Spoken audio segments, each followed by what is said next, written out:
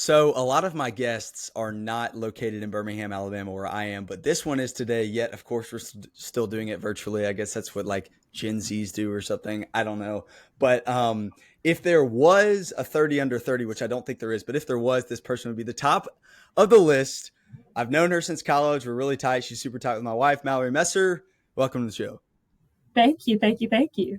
And actually, Hampton is besties with my husband, so it's now Mallory Price. But that's okay, that's okay, that's okay. We're still all getting used to it. Oh, you know what? It's like I used to hear my parents refer to their college friends as like their maiden names, and I was like, wait, who's that person?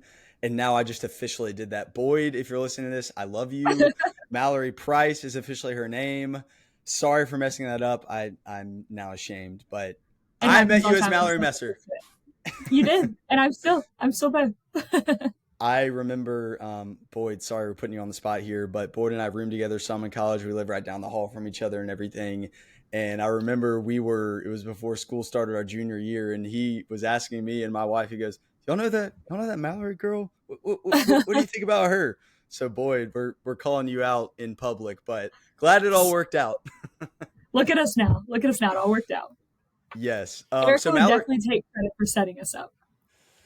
yes, she will absolutely take credit for that. Maybe we'll give her a little bit of it, but glad we're here and kind of adulting now. But Mallory and I met, I think mainly when you were like a sophomore at Samford, but we both went to Samford here in Birmingham and did some similar things in college. So I feel like have always been able to relate on this. But like when I was thinking about who I wanted to be on this podcast, especially someone that's like in their young 20s, starting their career. It's like Mallory's one of the first people I thought of. She's just a great leader. And we'll talk about this later, but even in her job now, she's not technically formally managing a group of people, but without a shadow of a doubt, she's a leader. And so we'll hop into that. But I want to hear just a little bit of your story. Tell me about what it was like growing up. I know you were tight with your family. I know sports were a big part of your life. So just kind of take For us on sure. that journey, maybe pre-Sanford, if you will. Yes. So I am originally from Mobile, Alabama, and I am a daughter of a coach, which puts its own aspect on it all, anyways. So, like the whole hard work, he would say for our family that it's like faith, family, future, maybe sports, throw it in there too. So, definitely just ingrained from a little girl of like the aspect of hard work, the importance of like teamwork, and then definitely that whole give 100% in everything that you do. We don't slack. That would definitely come from having the coach as a dad, but also more than that, like such a spiritual leader. And so both of my grandfathers are actually pastors, which gives me a very unique perspective to be able to grow up in a family that does love the Lord and that definitely prioritize church and community and time with the Lord from a young age. I'm very thankful for that, and that definitely had an impact of bringing me to my own journey in my faith. So, like I said, from Mobile, went to St. Paul's, which I am also indebted to. Wonderful school. Went there kindergarten through 12th grade, and both of my parents actually worked in school. So my dad was a coach and then the athletic director at St. Paul's, and then my mom was a teacher the whole time. And then actually she coached me in cheer in high school. So definitely like all involved. We were very much a St. Paul's family. But with that, family has always been something that's really kind of been an huge impact on me. My parents have believed in me and really always had it in my mindset that I could be and do whatever I want to do. When I look at my parents, they're both leaders, which makes it interesting sometimes at home to have some fiery people who are passionate and like just love to give it their all. But with that, it also ingrained into me that I could do whatever and just getting to take and learn both of their strengths and weaknesses to make me into who I am. So very thankful for that. Throughout high school and really throughout growing up, sports was like definitely a big part of my journey as far as the team and the relationship. And I think many people have I guess part of their story connects to like the character development that they have through sports of learning to like give it their all and learning, how to overcome losses and heartaches. I actually lost in the state championship game for soccer 3 times. And Oh, so, yes, so in two of the 3 times were in PK shootouts. So like talking about heartbreak, I have been there when it comes to sports, but that's actually kind of connects between that and injuries and so forth into how I got to Stanford And so at around my freshman year, I was like, you know what? I love sports, but sports are not everything. And there's more to life than sports, which was a little bit, it's kind of funny, but it was a little bit of this like wake up moment for freshman me. But kind of changing that perspective of like, Lord, like, what do you have for me these next 3 years? And like, what do you have for me for college? And after looking at multiple places, thinking I maybe wanted to work in sports, really came to the place of figuring out that Samford, I think, was the place that I wanted to go. Of course, being a private university, my dad was like, "Don't go look at it. Please go to a public university. Why are we paying for private?" But once again, that was actually a really cool part of my testimony, as the Lord just kind of opened doors financially, and Samford ended up being the place that I felt like He was calling me to spend 4 years. So thankful for the growth, thankful for family, but that definitely is how I ended up at Samford. Ah, that's awesome. I love that God provided for you to be able to come here. And even going back to the way that you were parented, and I know that we all weren't fortunate enough to have a really loving father and mother, but I read a book called Grit by Angela Duckworth, and she talks about like the best parents from all of her studies when it comes to like raising gritty children that work really hard. Um, there's this like they're supportive and demanding. They speak the Mm, truth and they love their kids. So it's like we work hard in the Messer. I guess now her last name is Price, but then we work hard in the Messer yeah. household. We don't quit. Even when we fall down, we get back up. But we love you and support you too, and are going to be here for you. Which it sounds like you received that at Oh, quite a high 100%. level. That's what my dad, it was definitely one of those situations where my dad was like, I'm going to be your hardest critic, but I'm going to be your biggest fan. And so when things were hard, he definitely made sure to let me have it. But at the same time, he was the first one to pick me up when I was down and make sure that he knew that my identity was not in sports, that it was in much more than that. But whatever I was going to do, I was going to give it my all.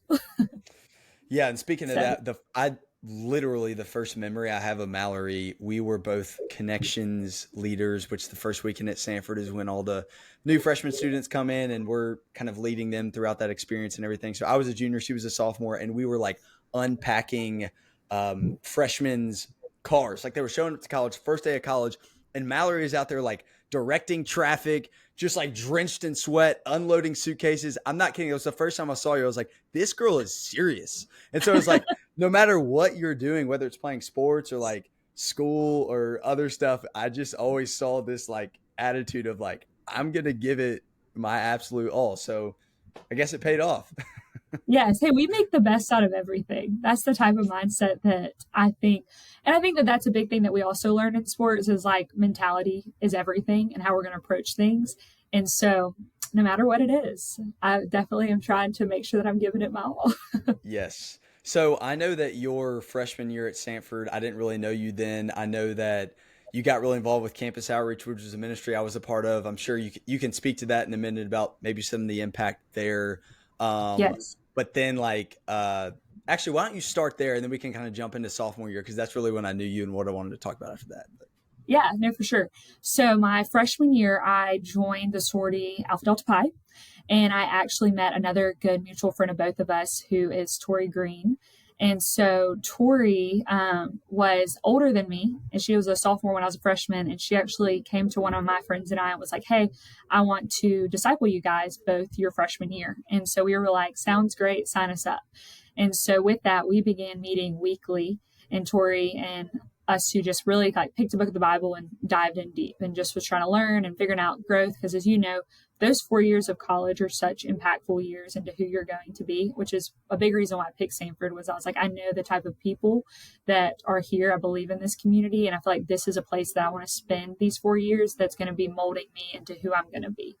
And so with that, Tori was like, "Hey, you have to go to Beach Project this summer through our campus outreach, which was that campus ministry."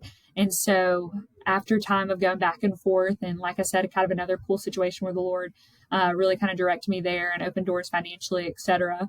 I ended up working at Walmart for the summer and was at Beach Project. Yes, loved it so much that I went, came back, and just really was on fire more and more. And like I said, so thankful to grow up in a church that mentored me from a young age and had lots of different mentors, different women who spoke into my life, but also very thankful to have that throughout college, to have that stability and that foundation to just kind of be in a spiritual greenhouse through that ministry.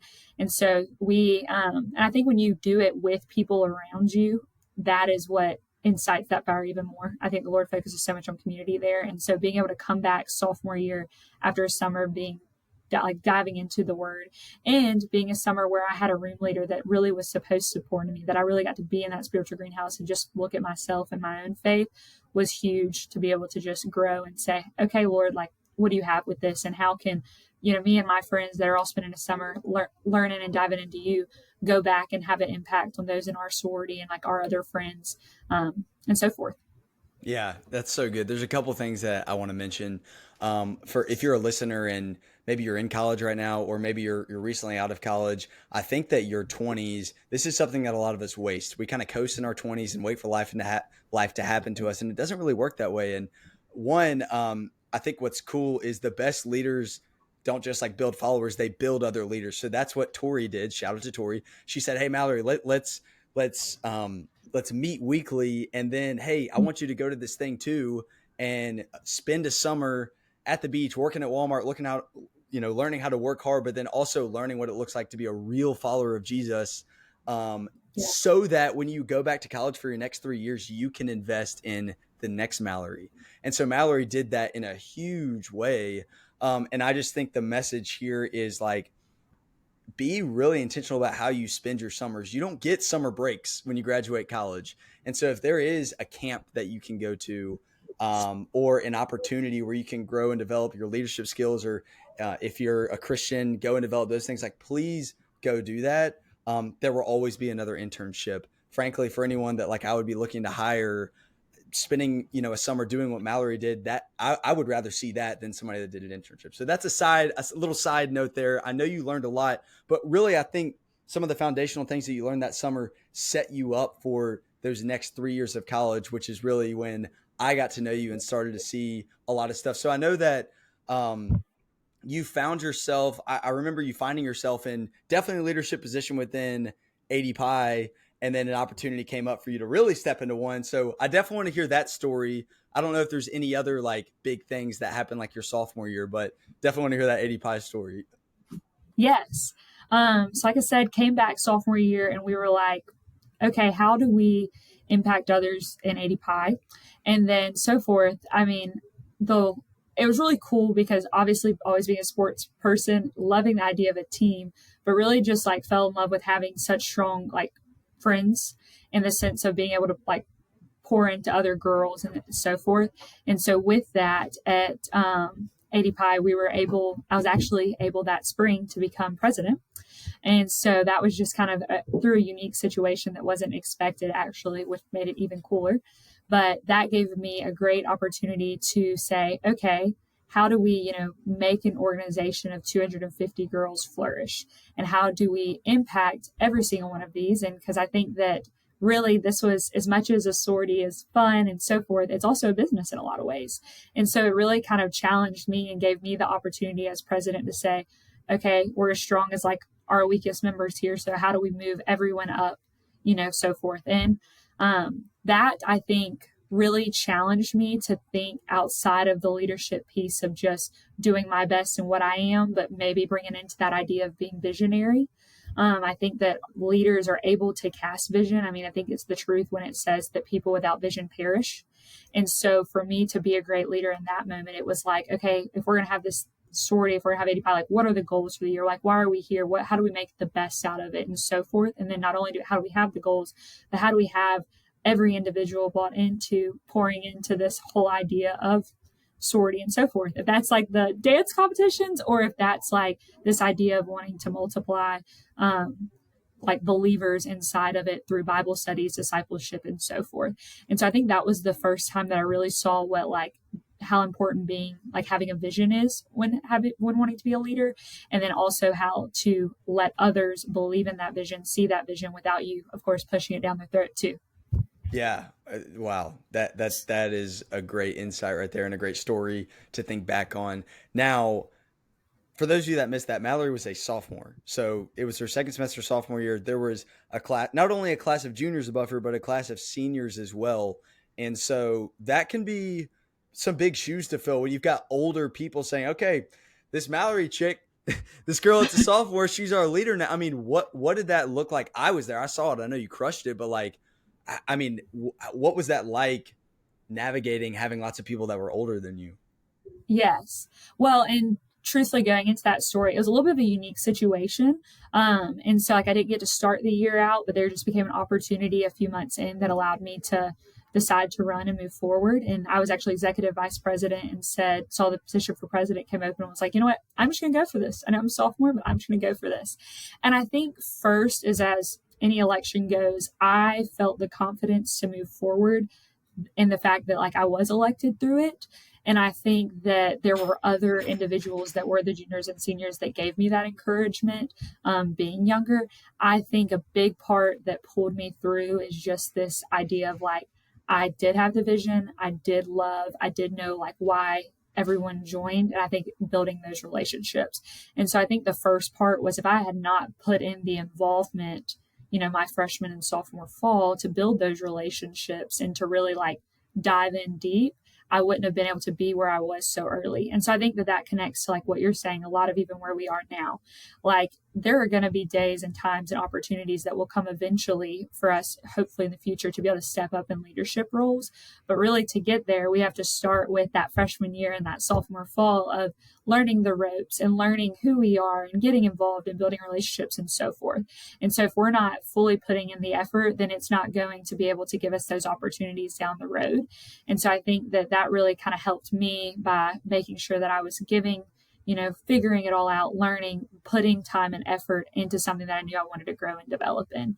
And honestly, I was just very thankful that the juniors and seniors did have that mutual respect and did receive it well and together and making sure that they were still involved, even though I was a sophomore, to continue out president for the year. Ah, yeah, that's really good. And I love how you even brought up where we are now.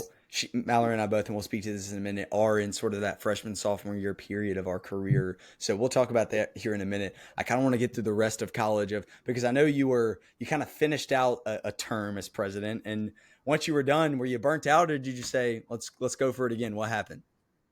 No, I was crazy and I said, let's go for it again. And I think, as funny it is looking back, because I've also had like some close friends, of course, that were other presidents that were like, no, I was 1 year and done. But I think that ADPI was one of those situations that it hadn't been that I hadn't had leadership experience before throughout high school and so forth, but that was an experience that was none other when it come to like being a leader in the sense of, I think part of it was it made me realize how much I was studying, my degree was going to be in business administration, and that really opened my eyes through 8 to 5 of how much I loved the business aspect of it, from meeting with our financial individual at that time and dealing with the multi-million-dollar budget at the time to how to impact these individuals. Where does this money go? How does this align with the vision and so forth? And so really my first year of being president, I just fell in love with it. And I think that kind of connects to like career goals for the future, and so forth. And so having those two align really made me say, hey, I want to do this again. And truthfully, I think just like in everything else, the big like burning passion, I guess, or desire to continue forward was the fact that I already had the year experience and knew I had the opportunity. Because I was like, I have learned so much in year one that's really going to make me better and set us all up better to have an even more successful year two. I've been able to go through the hard issues and have the questions that we did of just kind of knowing what to expect and how to make everything better from the year that I did, writing down the lessons learned all year. And so I think that the biggest driving like force for me to run again was the fact that one, I felt fully confident that working in business in the future is where I wanted to be. And that was like the best business experience, truthfully, I think I could have, because I felt like in a lot of ways I got to run a business with the board of advisors. And then the second piece was I learned so much that for me, it just was so exciting to think I can take all that I've learned and make it even better and do this another year. Yeah. I mean, there's really not much better leadership experience. I mean, at your age than, I mean, leading 250 other girls, having a multi-million-dollar budget, having a board to speak to, having people that are older and younger than you that are looking to you. I mean, it's a big opportunity. And so I just think that, you stewarded that really well. And also for anyone that's been in Greek life leadership, Mallory had it good because, well, not that you were lucky or anything, but I think that fraternities and sororities are kind of destined to fail because they turn over new leadership every year. And what business do you know that gets a new CEO every single year? They're going True. down the drain. So it's set up for a challenge. So I like that your answer that you got to say, here's what I learned in year one or year half, because it was really like half a year, and then now I'm going to take it and grow. And you definitely did that. I got to see a lot of it. But let's finish up college here because I know there was a couple other key things. Any other like key events or opportunities you had? I know like ambassadors was a big one, but anything in college that like really developed you as a leader? Mallory also won't say this. She won homecoming queen. She wouldn't say that, so I had to shout her out for that. But I want to hear just about like any other big moments or opportunities you had in college. Yes. I think another area that really grew me a lot going back to first beach project was second beach project.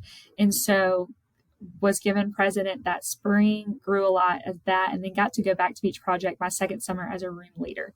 And so this time the mindset completely switched because I went from being the bottom of the spiritual greenhouse of just getting to pour.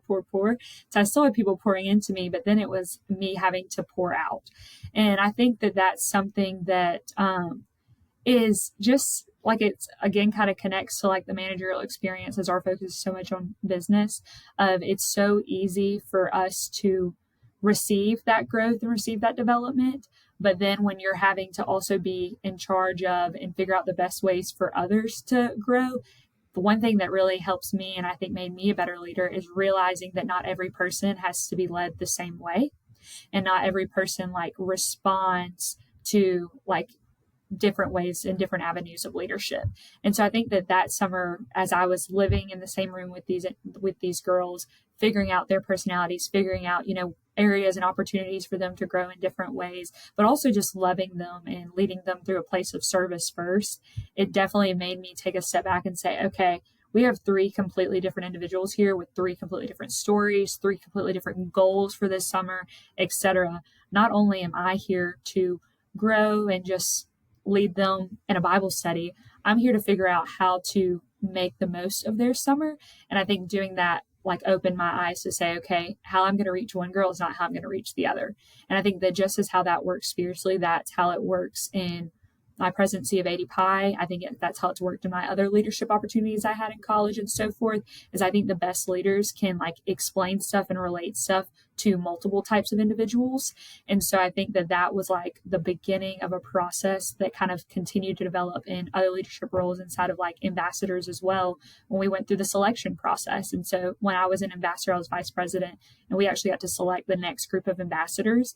And I think that that's another important part that I learned was saying, okay, here's lots of different individuals here who all have strengths, but who's the best to join this group?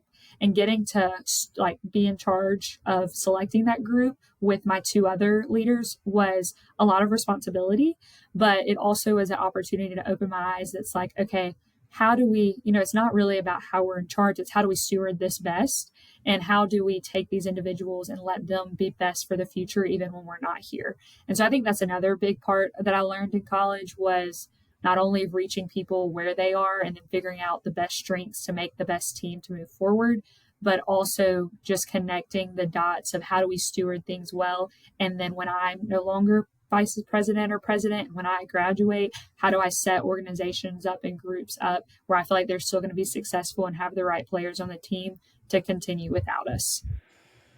Guys, Mallory is 23, 24 years old, and she's talking about things that, like, when I'm talking to CEOs, sometimes, like, I'm not hearing these themes. You're talking about being a good steward, situational leadership, succession planning. I think that a lot of times it's the leaders or people with leadership titles have this me mentality. So they're not thinking successionally. They're not thinking about the leader behind them. And Mallory just said, hey, I'm this whole life, this whole world, every opportunity I have, I'm going to steward it well. It's bigger than Mallory Messer, Mallory Price. I'm going to develop the people behind me. And then also, I think the best leaders, I shared this recently. I learned this a lot. Leadership is like all about who you are, not really what you do. And it's focusing on other people. So when you're others focused, you realize that everyone wants to be led differently. And I think that that's like a huge thing that you just shared there, which I love. So that was great. Can you tell us, actually, at some point, I want to hear a little bit about like your role right now at High Five, but one of the biggest things that I have realized as Mallory and I share this, it's you grow up and you play sports and you're a captain on your team and you are on SGA in high school and then you go to college and you serve in your Greek life in a ministry and ambassadors and all this stuff. And then all of a sudden it's like you graduate and it's like, oh wait, I people immediately like, oh, I'm not leading someone. I'm not leading when I was leading 200 people. Now what do I do? And if you listen to this podcast long enough, you know that you're still a leader. You're a leader to someone, whether you have a title or not. Leadership is much more about influence than title. But like, what was that shift like for you? I mean, first off, like, had you thought about it? Were you expecting that? And then, what does that look like now? For sure. Um, I definitely was a similar experience, like you said, of you graduate and you're going into the workforce and you're like so thankful and you're like, oh, look, I did have some experience, but I also have so much to learn. So I think that there was this like mix of going into this place of part of me felt like, you know what, I do have stuff to bring from the experience I think sets me apart. But then at the same time, these feelings of I have so much to learn still, and truthfully, that was a big, it kind of connecting one piece that I think was really beneficial for me and kind of led to my decision of High Five was through the interview process, and all the companies and so forth. When I interviewed at High Five, there was two individuals that interviewed me that are one is our chief operating officer and one is our vice president of Indo. And so they sat across the table from me, and these were two females that had been working for multiple years, not to expose them, but multiple years in the business, and just had so many experiences too outside of the business. And so for me, knowing really about the goal of wanting to be able to lead one day, I sat there and said, how awesome would it be that I would get to learn from these two who have so much experience, who are, 30 plus years older than me, and I get to like really engulf everything that they've learned to help me grow. So I think that there was this mix of like a little bit of the thought process of wanting to be under the leaders to set me up for the future and recognizing that I had a lot to learn. But like you said, you still have this desire after leading for a while. I still had this desire that I was like, well, I still want to lead. I feel called to lead. I feel like this is some of the, the strengths that I have. This is how I grew so much and really just enjoyed it, which I don't know if everyone enjoys leadership, but I do, just the opportunity to have that way of motivating people and reaching a common goal and feeling like you have any way to push people and help like serve the way there. So it definitely was a little bit of a torn. So it's like going to grow, but this is kind of different how to adjust. And I think at first it is a little bit of humbling in the sense of knowing that it could be multiple years before having that maybe opportunity to sit there with a budget and a team and achieve a goal. But I think at the same time, you come back to reality and you realize that you can lead in your day to day. You know what I mean? And I think that we talk about this a lot, Hampton, but a big part of it is leading ourselves. We go back to that freshman and sophomore year, and it goes back to we're in freshman, sophomore year of career, and it's how much can I learn? How do I get myself prepared for that opportunity? And so a lot of times right now I'm sitting here and I'm saying, okay, did I like how this individual led in this situation? Or how could I have lessons learned from this, or what are some of the great things that this individual did that I can kind of put in my toolbox for the future? And so I think that for us to really be able to be the best leader, we have to take that time to take a step back and really grow ourselves. And I think that it's kind of like that change of mindset right now and noticing, okay, first I can lead myself by figuring out how I can grow and how I can develop and little nuggets that I can learn from lots of amazing leaders around me. But then that goes into making sure that we have amazing leaders around us that we're building relationships with. But I think that that was like a big piece of one, having to adjust, but two, making sure that I'm strategic to say, who can I learn from to like prepare me for the future? I think was like the biggest thing. Golly, that was good. For those of you that have like grown up in leadership positions and you're sort of in a similar situation to what I'm talking about with Mallory, there's a correct answer to the question that I posed for Mallory, and she answered it right. It's like from every like executive or higher level person in a company, they are looking for someone who wants to learn. Be an aggressive learner. Like if you can show up at 22 years old and say like, yeah, I want to be a leader, but like I know I'm going to start by leading myself, and I'm just going to learn that is going to launch you so far. I think that the best advice that I got when I was trying to figure out where to work was someone said, Hampton, where are you going to grow the most?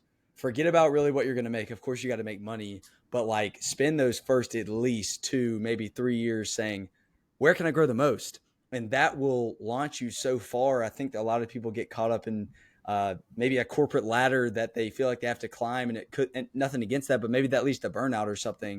Learn as much as you can, and I know you're doing that.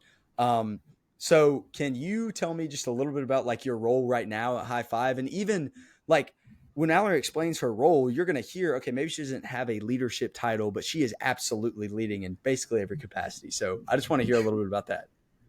Yes. So I work for a company called High Five Healthcare. And so we work with endodontic and oral surgery practices.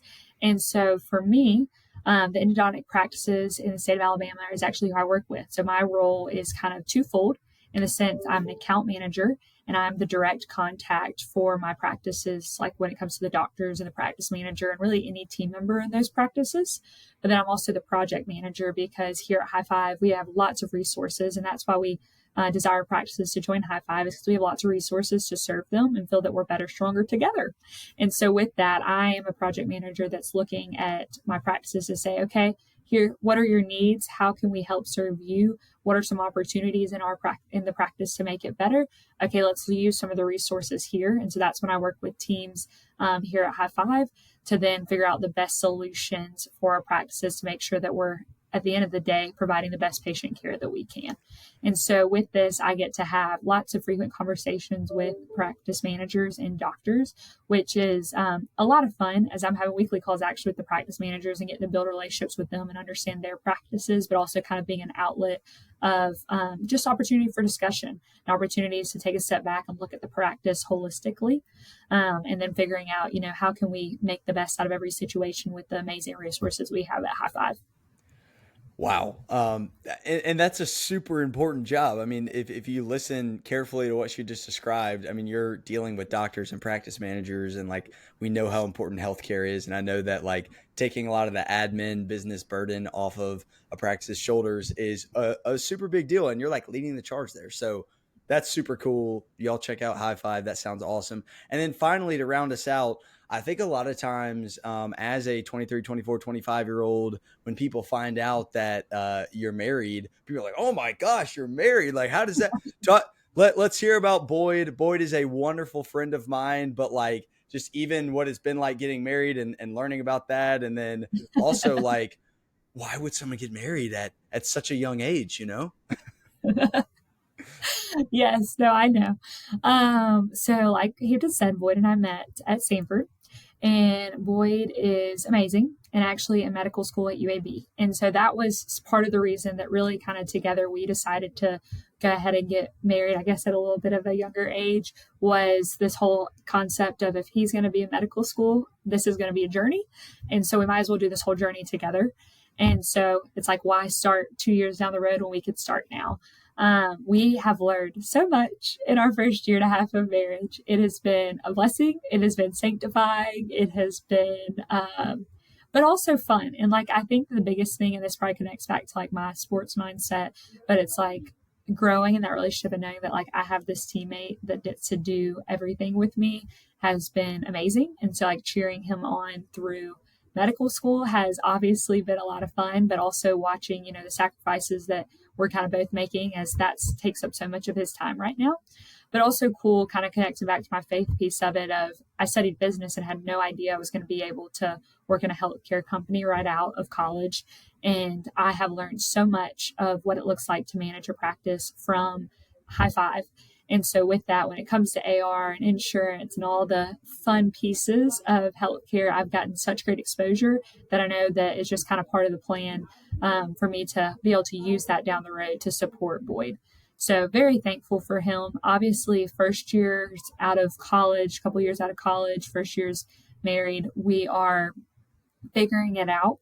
And post grad is definitely a little bit of an interesting season. You go from having all this community and time that even it's a different type of time because you might have been super busy in college, but you still had a little bit more flexibility when it comes to the different things that you're involved in and what you fill your time with. Where obviously now, at least from 8 to 5, you're at the office, period. There's no jumping to a coffee shop a ton of times when you're working day to day and etc. So I think that kind of adjusting to that mindset of, okay, this is the beginning of forever is like exciting, but also makes you kind of take a step back and realize that, there's a lot of time to continue forward. And, what do we want this path to look like together and individually? And so just learning that together, it can be overwhelming at times to know, we have a lot of time to grow and develop and figure it out. But then at the same time, it's kind of cool that we have each other, and it's kind of cool to see how things are aligning as we pursue it all together. So we're super excited. We've learned a lot. We've learned a lot together, which I think just really kind of builds our foundation and makes us stronger for the future to kind of start off at a younger age to say, okay, here we go. Wow. You and Boyd are awesome. I'm a big fan of the Prices, and I love how like God has orchestrated all this to work together. So I'm just gonna say this so that when we listen back in 10, 20, however many years, I get credit for this.